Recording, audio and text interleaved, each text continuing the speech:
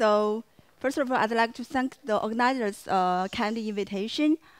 I'm sorry that this my talk might be not so closely related to the topic of our workshop, but some of you might be interested. I hope so. So this talk is based on the joint work with Alexander Ostermann in Innsbruck and one of my PhD students in Chunmei University. So as we all know, for all the numerical algorithms, it always requires regularity assumptions of the exact solutions to attain the desired convergence, right? For example, if we use the forward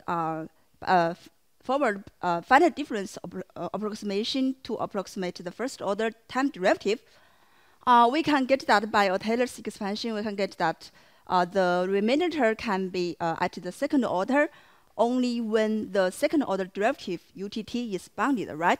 So this means that that's why we often say that the numerical algorithms are convergent at some order when the solution is smooth enough, right?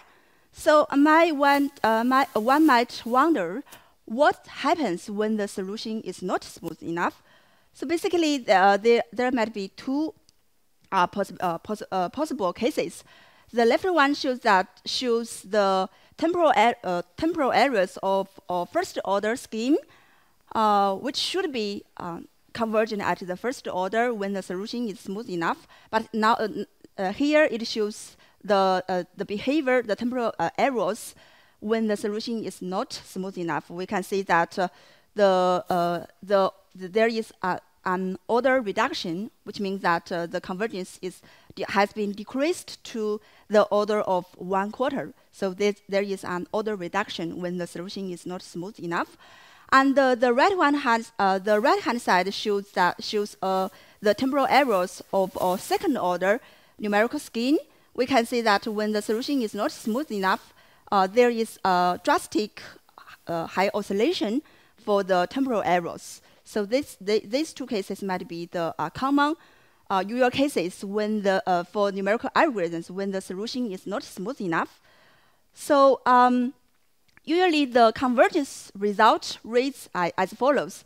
We suppose that the real solution U belongs to HR plus S, and the numerical solution UN is measured in the space in the split space HR. So we can the usual convergence result reads as follows.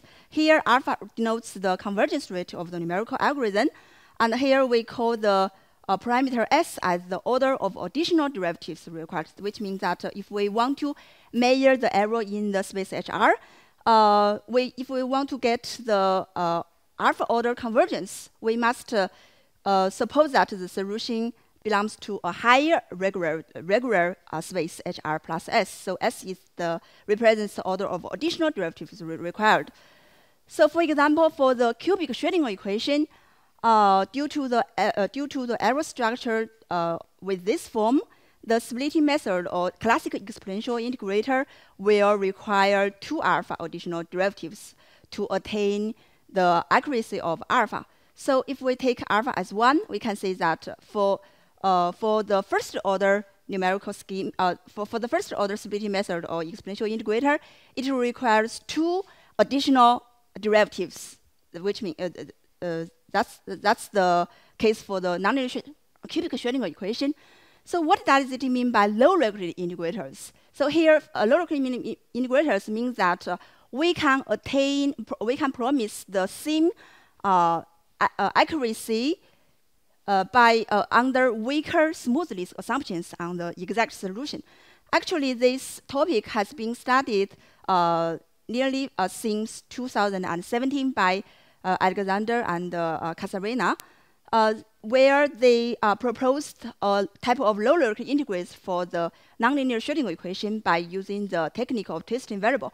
So in that article, they proposed a low regularity integrator which can attain the first order accuracy by require just 1 additional derivative. So this is only half compared to the classic exponential integrator. So since then, low regularity integrators have been successfully proposed and analyzed and applied for many type of equations, such as the KdV equation, the Klein-Gordon equation, Dirac equation, and Navier-Stokes equation, and KGZ system, and so forth. So in this talk, I'd like to take the GB equation as an example to introduce you some basic ideas to design the so-called low-regularity integrators. So let's say the GB equation, consider the GB equation with periodic boundary conditions. So this is a second order in time and the fourth order in space wave equation with a quadratic nonlinear term. And so let's see the convergence result for the classical exponential integrator. So by using the Duhamel's formula to this equation directly, we can write the exact solution as follows. So here, L represents a linear operator, so which is bounded unconditionally, which means that there is no additional regularity required. So it suffices to calculate the integral of the nonlinear interaction. So by a naive approximation, we just replace the unknown variable z Tn plus s by a constant approximation, constant first order approximation, or we can get a first order numerical scheme, which is actually the classical first order exponential integrator. So if we want to analyze the convergence of this exponential integrator, we can say that the local error actually comes from this approximation. So the local error will be can be written as S partial Tz. So the partial Tz actually corresponds to a second order derivative in space due to the structure of this equation. So this means that this first order classic exponential integrator will require two additional derivatives to promise the linear convergence of this scheme. So this means that for the first order classic exponential integrator, we require two additional derivatives. So the aim of this talk is to decrease the order of additional derivatives requirement as much as possible. This might be very helpful when there is some noisy in the initial data, which can cause that the solution might not be smooth enough. So that's why we hope to design some low-regularity integrators, because it can attain the same convergence or same accuracy under weaker smooth assumptions on the exact solution. So by for convenience of computation and to avoid integrating z and zt simultaneously, we would prefer to firstly transfer the second order differential equation by equivalently by a first order equation. Here, u is a complex variable involving z and including the information z and zt. So we the operator partial x squared with an angle bracket is defined as this. So it's the square root of the difference between these two operators. So from the definition, we can understand that this operator is actually approximately minus partial x squared. We can take the minus partial x squared as the dominant term of this operator. So this can be we can see that it looks very similarly as a Schrödinger equation, right? Except there is little difference between this operator. So this is actually equivalent to the original GB equation. So now it suffices to design some numerical algorithms for this first order differential equation with a complex variable. So inspired by the observation that this operator is approximately minus partial x squared. So this inspires us to introduce the so-called twisted variable. So we define Wt as this formula. Then we can compute it directly that the new variable W should satisfy this equation. And here we notice that the operator A and the operator B are both bounded unconditionally, which means that the boundedness of A and B don't require any additional regularities for the solution. So they are both bounded in regular Sobolev spaces. So we can see that here, compared to the boundedness of partial TU, which requires 2 additional derivatives to keep it bounded. Here, partial TW can be bounded unconditionally, which means that there is no additional regularity required. So this might be very helpful to help us design the lower integrators. So by using the Duhamel's formula directly, we can write the exact solution for W. And next, we'll try to compute the integral of the nonlinear terms. So by approximating the exponential operator by 1, by the identity, and replacing the unknown variable WTN plus S by a first-order constant approximation, we can get that the remaining term is at the second order.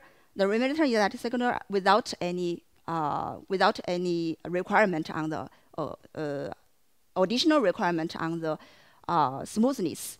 So now it remains to calculate the integrals. So let's twist the variable back. We can get the approximation of U, the solution U. Now it suffices to here beta, the operators beta and the C1 can be implemented very efficiently in phase space. Now it suffices to compute the integrals of the nonlinear interactions L0, L1, and L2. Fortunately, we found that L1 and L2 can be integrated exactly and implemented efficiently in phase space or physics space. For example, we can write the Fourier coefficients of L1 tau and integrate the function exactly. Fortunately, we found that the obtained result is separable for the frequency K1 and K2. So this means that finally we can write L1 tau as this formula. This can be implemented efficiently in phase space of physics space. For example, we can compute partial x, the inverse of partial xf in phase space by FFT, and we can calculate the quadratic term in the physics space. So this helps us to get the exact integration for L1, which can be implemented efficiently. So it remains to calculate the term L0. So this is, unfortunately, this is not the case for the L0. Of course, we can integrate this term exactly, but unfortunately, the obtained result is not separable, which means that the exact calculation involves a convolution. So it can be very time-consuming and very expensive. So instead, we'll try to design some suitable approximations for this integral. So here we denote some suitable approximation by I0. Then plug in all the expressions into the above. We can get a first-order scheme for the solution U. Then the numerical solution for the solution of the GB equation can be constructed correspondingly. So now the main task is to design some suitable approximations for the integral involving this part. Now I'd like to introduce you 3 approaches to give some approximations of this integral and gives the corresponding convergence result. So the first idea is very simple. We can firstly we can write the phase function capital phi as this formula. We notice that it is a summation of 2 terms. The first term is a quadratic term, and the second term is a linear term with respect to K1 or K2. So the first idea is just to keep the dominant quadratic term, and we can find that the remainder term can be controlled by using the bilinear estimate and this simple inequality, we can find that when R is bigger than 1/2, then the remainder term or the local error term can be controlled by a second at the second order with one additional derivative required. Here we require one additional derivative.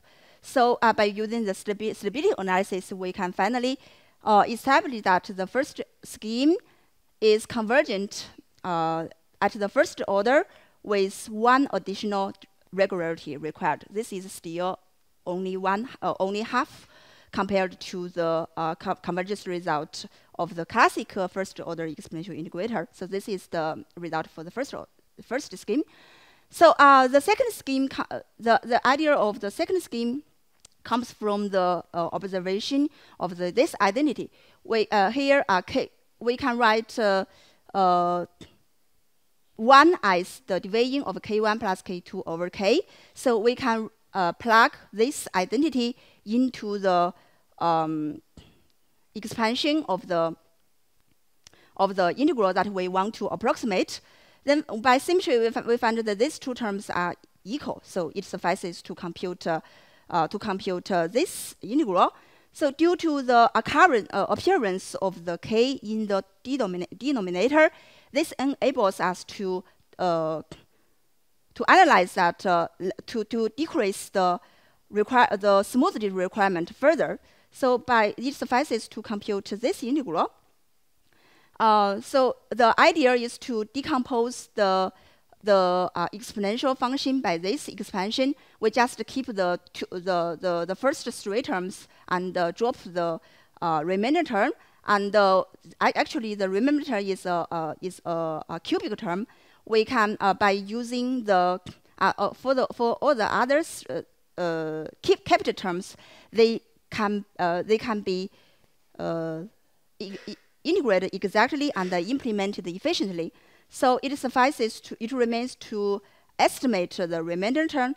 So by applying a series of intricate techniques from harmonical analysis, we can estimate the remainder term P2 tau f under some suitable assumptions.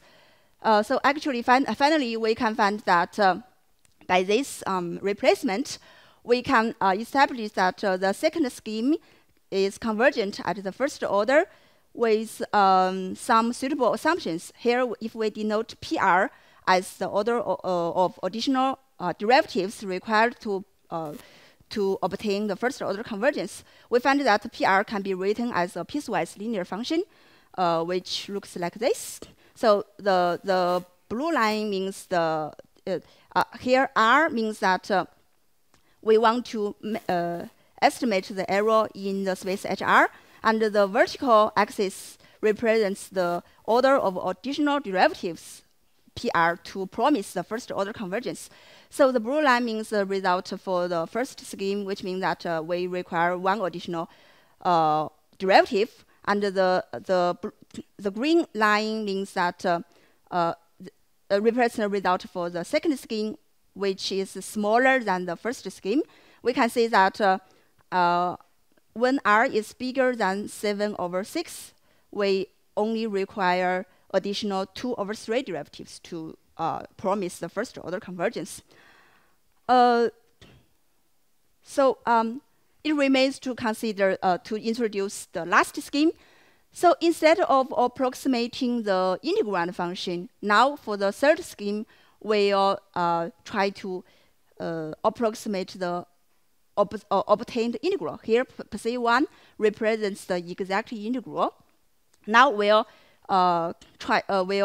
instead approximate the obtained integral directly by using this key approximation. So by plugging these three terms into this expansion and applying the error estimate and applying some intricate techniques from analysis, finally we are able to establish that the third scheme is convergent at the first order under some assumptions here, PR still represents the order of additional regularities required. So we can see that PR is also a piecewise linear function, which can be plotted as the shown by the red line. So we can see that the order of additional regularity is always decreasing. And particularly when R is bigger than 2.5, PR is equal to 0, which means that there is no additional regularity required. And the obtained numerical scheme is convergent without loss of regularity. We don't need any additional order of regularity. So that's all the content of my topic. Thank you very much for your attention.